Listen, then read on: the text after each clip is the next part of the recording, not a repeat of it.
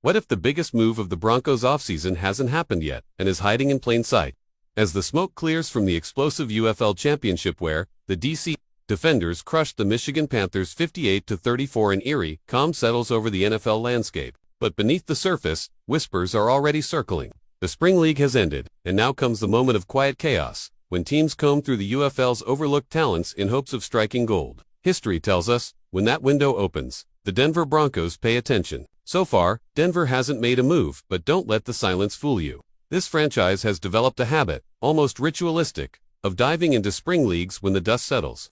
Over the past 3 years, they've quietly scooped up unpolished gems. Long snapper Mitchell Fraboni, 2022, USFL quarterback Ben DiNucci, 2023, XFL, and most recently, pass rusher Dondrea Tillman, 2024, UF. None of them made headlines at first, but one by one, they carved out roles, some small, others significant. Fraboni is now a staple on special teams. Tillman racked up 5 sacks last season and became a problem for offensive lines. This pattern isn't coincidence. It's calculated.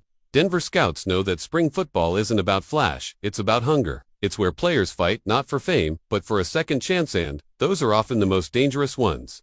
The question now is, who's next? Which unheralded athlete from the UFL's 2025 season will step onto NFL soil with something to prove? And could it be an orange and navy? While we wait for Denver's next quiet strike, a very different storm brews in New Orleans. Once a team synonymous with brilliance, the Saints now find themselves trapped in a strange illusion, pretending the past still applies. Their 2024 season began like a dream, 91 points in 2 games, including a brutal beatdown of the Cowboys. For a fleeting moment, it felt like Drew Brees had never left. But the dream ended fast. What followed was a collapse so brutal, it didn't just kill momentum, it exposed everything. After that electric start, the Saints went 3-12. They fired Dennis Allen mid-season. Their offense, once feared, became a ghost, scoring 20 or fewer points in 11 of their final 15 games. The locker room crumbled. Confidence vanished, and yet, the franchise refused to rebuild.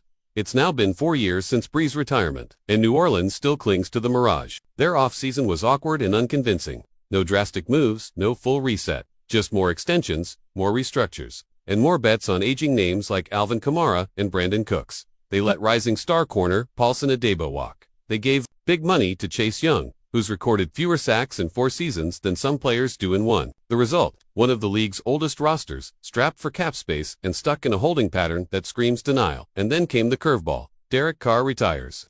The veteran, who was never the long-term answer, is now gone. And the plan, a second-round pick named Tyler Shoughan, older rookie QB, who's had more injuries than most veterans and played for 3 different college teams. At 26, he's barely younger than Trevor Lawrence. And yet, the franchise is placing its fragile hopes on him, hoping experience somehow replaces youth and upside. Kellen Moore takes over as head coach, but his honeymoon is already over. He's a respected offensive mind. Yes, but he's stepping into a house half on fire. Most top coaching candidates reportedly passed on New Orleans, sensing what Moore now faces, an uphill battle with limited tools, no cap flexibility, and a fan base still haunted by what used to be.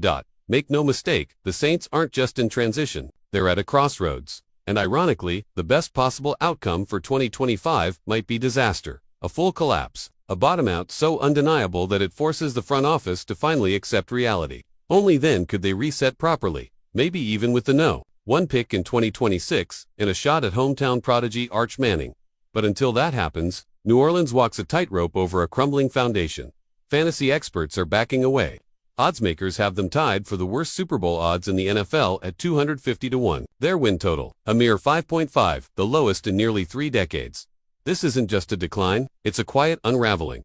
And as we look at Denver's patient strategy finding fire in the ashes of spring and compare it to the Saints' stubborn resistance to change, we're reminded of a simple truth. In the NFL, the teams that adapt survive. The ones that cling to ghosts fade. If you're drawn to the hidden moves that shape franchises or fascinated by the slow-motion fall of one's great empires, this is your space. Drop a like if you appreciate stories others overlook. Subscribe if you want more breakdowns that go beyond the headlines. And tell us in the comments, should the Broncos take another shot on UFL talent this year? And will the Saints finally wake up or crash even harder? Your voice matters.